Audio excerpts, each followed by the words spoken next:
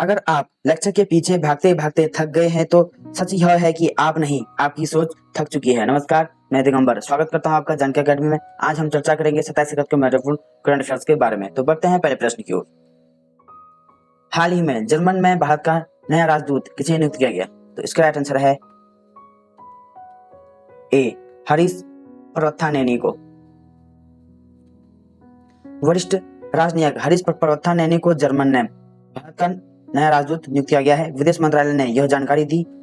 पर्वथानेनी भारतीय विदेश सेवा में के 1990 बैच के अधिकारी हैं और वे फिलहाल विदेश मंत्रालय के दिल्ली मुख्यालय में अतिरिक्त सचिव के रूप में सेवा दे रहे हैं। बढ़ते हैं अगले प्रश्न की तरफ। चीन ने अपने राष्ट्रीय पाठ्यक्रम में किसके विचार शामिल करने एवं पढ़ाने को अनिवार्य कर दिया है? तो इसका राइट आंसर है बी, चीन के राष्ट्रपति शी जिनपिंग को।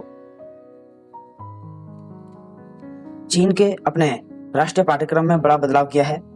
अब वहां के प्राथमिक स्तर के स्कूलों से लेकर विश्वविद्यालय तक में राष्ट्रपति शी जिनपिंग को पढ़ाया जाएगा। समाजवाद को लेकर उनके विचारों को चीन के हर युवा को पढ़ना अनिवार्य होगा। चीन के शिक्षा मंत्री ने कहा कि शी जिनपिंग के विचारों को राष्ट्रीय पाठ्यक्रम में शामिल करने से युवाओं में मार्क्सवादी विचारधारा को स्थगित करने में मदद मिलेगी। बढ़ते हैं अगले प्रश्न की तरफ। वैश्विक संपत्ति सलाहकार फर्म कुशमैनी वेकफील्ड की तरफ से जारी विनिर्माण जोखिम सूचकांक 2021 में कौन सा देश प्रथम स्थान पर है? तो इसका राइट आंसर है सी, चीन। वैश्विक संपत्ति सलाहकार फर्म कुशमैनी एवं वेकफील्ड ने बयान में कहा है कि वैश्विक विनिर्माण जोखिम सूचकांक 2021 में चीन पहले स्थान पर कायम है। यह सूचकांक यूरोप, दक्षिण अमेरिका तथा एशिया प्रशांत के 47 देशों में से वैश्विक विनिर्माण के लिए आकर्षक एवं लाभ वाले गंतव्यों का आकलन करता है। बढ़ते हैं अगले प्रश्न की तरफ। न्यूयॉर्क की पहली महिला गवर्नर कौन बन गई है? तो इसका राइट आंसर है डी, कैथी होचुल। कैथी होचुल न्यूयॉर्क की पहली महिला गवर्नर बन गई है। न्यूयॉर्क स्टेट कैपिटल में आयोजित निजी समारोह में उन्होंने गवर्नर के पद की शपथ ली थी। इस अवसर पर न्यूयॉर्क के चीफ जज जेनेट डी फ्योर मौजूद रही। होचुल का इस शीर्ष पद शपथ लेना एवं ऐतिहासिक क्षण रहा क्योंकि यहाँ की महिलाओं ने हाल ही में पुरुष प्रधान राजनीति व्यवस्था के खिलाफ आवाज बुलंद की है। बढ़ते हैं अगले प्रश्न की तरफ। अफगानिस्तान में भारत द्वारा लोगों को एयरलिफ्ट करने के अभियान को क्या नाम दिया गया है? तो इसका राइट आंसर है ए, ऑपरेशन देवी शक्ति। अफगानिस्तान में तालिबान के कब्जे के बाद काबुल से भारत नागरिकों एवं अफगानिस्तानी सहयोगियों के फिजाहत के साथ वहां से लाने वाले भारत के जटिल मिशन का नाम ऑपरेशन देवी शक्ति रखा गया है। हाल ही में तालिबान के देश पर कब्जा करने के बाद सरकार अब तक अफगानिस्तान से 800 लोगों को निकाल चुकी है। बढ़ते हैं अगले प्रश्न की तरफ।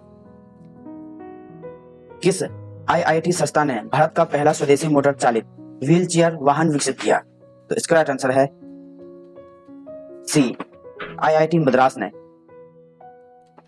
भारतीय प्रौद्योगिकी संस्थान मद्रास ने भारत का पहला स्वदेशी मोटर चालित व्हील चेयर वाहन विकसित किया है। इसका उपयोग न केवल सड़कों बल्कि उबड़ खाबड़ इलाकों में भी किया जा सकता है। बढ़ते हैं अगले प्रश्न की तरफ। किस देश ने 3 साल की उम्र के बच्चों के लिए एंटीबॉडी परीक्षण शुरू किया है? तो इसका राइट आंसर है डी, इजराइल।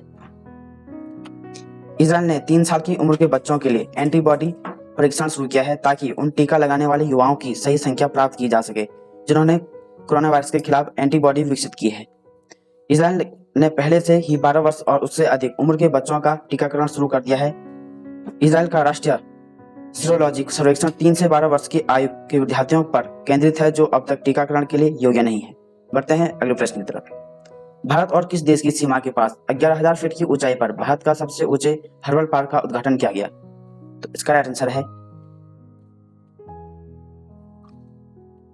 बी, चीन। भारत चीन सीमा से सटे देश के अंतिम गांव माणा के नाम पर एक उपलब्धि दर्ज हो गई है। चमोली जिले के माणा गांव में 11,000 फीट की ऊंचाई पर स्थित देश का सबसे अधिक ऊंचाई वाला हर्बल गार्डन विकसित किया गया है। उत्तराखंड वन विभाग की अनुसंधान शाखा की ओर से तैयार किए गए इस गार्डन में औषधीय महत्व है। 40 प्रजातियों को संरक्षित किया गया है।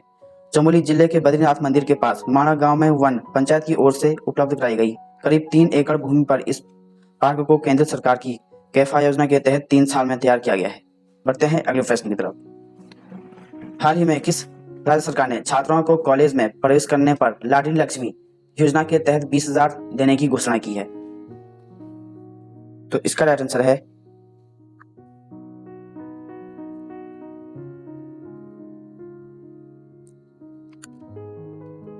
सी, मध्य प्रदेश।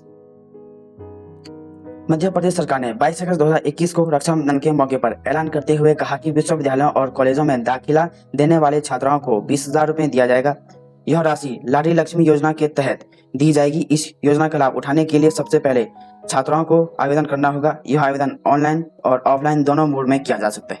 ऑफलाइन आवेदन करने के लिए छात्रों को आंगनबाड़ी में, लोक सेवा केंद्र जैसे महिला बाल विकास अधिकारी आदि से संपर्क करना होगा। बढ़ते हैं अगले प्रश्न की तरफ। अफगानिस्तान क्रिकेट बोर्ड का कार्यकारी चेयरमैन हाल ही में किसे नियुक्त किया गया? तो इसका राइट आंसर है बी, अजीजुल्लाह फजली को।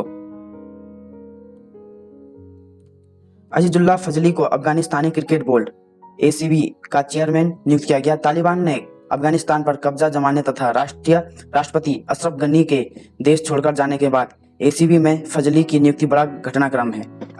अजीजुल्लाह फजली अफगानिस्तान क्रिकेट के साथ करीब 2 दशक से जुड़े हुए हैं। वह देश के खेल की स्थापना करने वाले खिलाड़ियों की शुरुआत समूह में शामिल थे। अपना खेल कैरियर समाप्त होने के बाद उन्होंने ACB के उपाध्यक्ष और सलाहकार के रूप में भी काम किया। आज के करंट अफेयर्स यहाँ पे समाप्त होते हैं और मुझे पूरा विश्वास है आपने इनको नोट डाउन किया होगा। मिलते हैं अगले करंट अफेयर्स में, तब तक के लिए धन्यवाद।